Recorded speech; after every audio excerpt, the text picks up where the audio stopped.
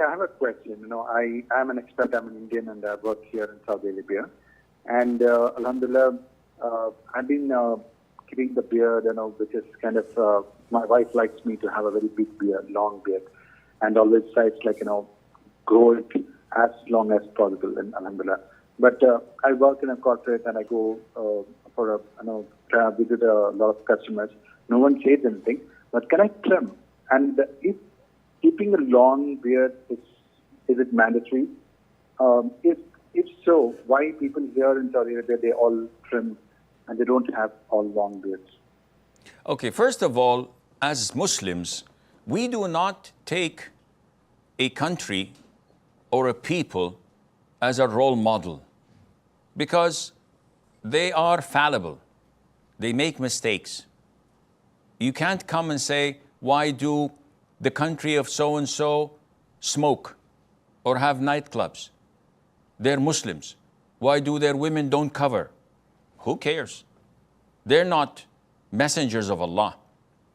And this is why Allah has sent us the Quran and the Sunnah of the Prophet ﷺ and the favored 3 generations so that we can judge things by and implement in our lives. Now, when it comes to the issue of the beard, there are 2 respected opinions.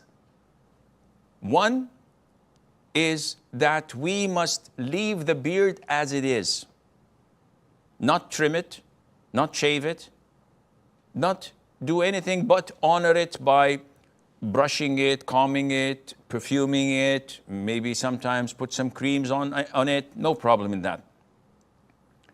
And the other opinion is that it's permissible to take whatever exceeds a fist. This is a fist. So you take from the bottom of your fist, not from the top as most of the people do. No, you take whatever exceeds the bottom of your fist. And this was reported by Abdullah ibn Umar, Abu Hurairah, and others. But the vast majority of companions did not touch it or trim it. The vast majority of scholars say that it has to be kept according to the hadith of the Prophet ﷺ, where he instructed us not to grow it. Some people put medication that would enhance their beard growth. And this is not required. Allah did not say to you, grow it. Allah said to you, leave it. Honor it. Let it go. أطلقوا, أسبلوا, أرخوا, أعفوا. All of these just to let your beard go. So this is the most authentic opinion. Now, in some cases where a person's beard is really long and it jeopardizes his safety, such as an employee in a factory where there are machines and conveyor belts, and it might be caught in one of the machines, or a person who's driving and his beard comes and covers his face.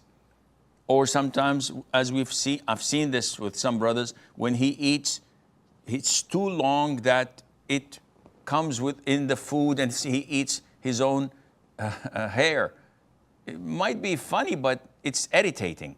In this case, I personally am inclined to say that yes, due to the hardship, you can trim your beard to a length that would make it possible for you to live normally.